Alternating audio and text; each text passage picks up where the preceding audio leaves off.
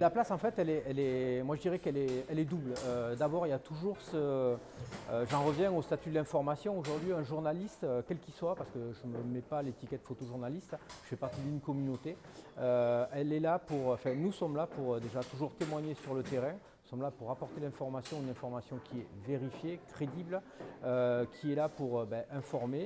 Et cette place-là, aujourd'hui, moi je dirais que c'est une logique de support. C'est un marché en plus parce que je vis de ma photographie, je veux continuer à en vivre.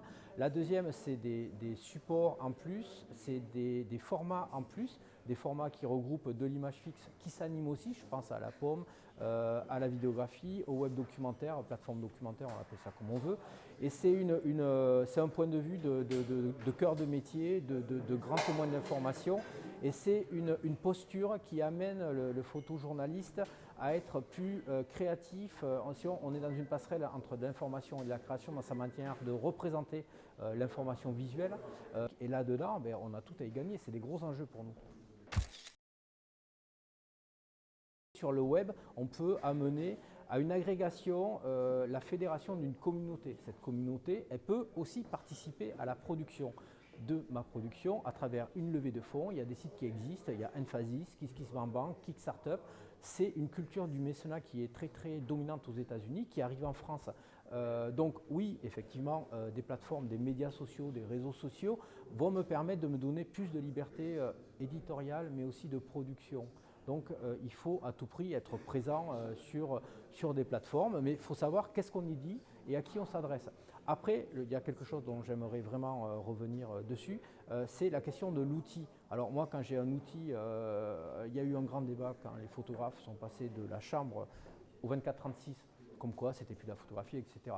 Aujourd'hui, j'entends le même, on passe du 24-36 à un smartphone ou à des appareils beaucoup plus miniaturisés.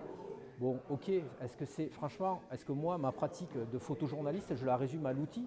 J'espère que non. Et j'espère que les personnes qui tiennent ce discours ne font pas des bonnes photos parce qu'ils ont un bon outil.